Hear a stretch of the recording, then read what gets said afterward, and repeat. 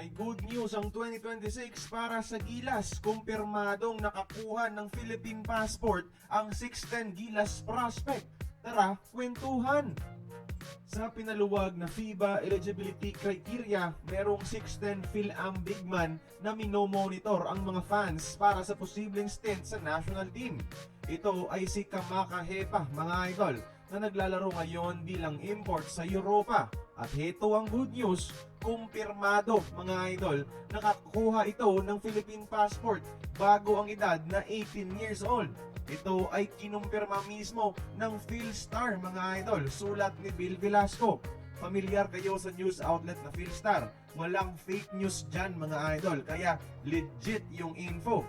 Sabi pa dito, bago pa mag 16 years old, may passport na nga itong si Kamaka Hepa ng Pilipinas. Ibig sabihin, pasok siya sa luma at bagong age criteria ng FIBA na 18 anyos. Meaning, eligible si Kamaka Hepa maglaro sa Gilas bilang local sa mga FIBA tournaments. Mas pinili niya lang noon ang youth team ng USA kasi umaasa pa siyang makapapunta ng NBA dahil sa kanyang potential noong high school.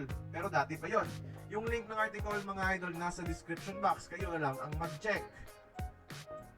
Si Kamaka Hepa mga idol ay isang 6'10", 25-year-old center na naglalaro ngayon sa Latvia bilang isang reinforcement.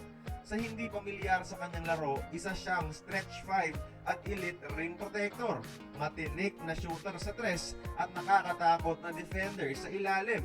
Magaling na rebounder, pero bigyan ko ulit ng emphasis yung shooting talaga. Para sa akin, mala Miles Turner ang laruan niya mga idol.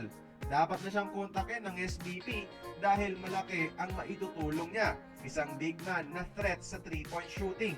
Hindi biro ang isang 6'10 sa lineup mga idol, especially kapag markado sa tres. Mas papatangkarin niya pa ang Gilas lineup natin. Siya yung magiging Vlad Radmonovic sa triangle offense ng isang team kun mga idol, if you get the reference. NBA caliber din ito dahil may experience siya sa NBA Summer League ilang taon ang nakaraan. Ewan ko nga lang bakit hindi pa siya kinakausap ng SBB. Baka may sama ng loob sila sa ginawa niya dati. Pero matagal na yon at dapat nang subukan ngayon para sa ikakalakas pa ng ating Gilas Pilipinas. Kaya kayo mga idol, please like the video if gusto nyong makita sa Gilas itong si Kamaka Hepa. At sino kaya ang dapat niyang palitan sa lineup? Join the conversation, magkomento lamang sa ibaba.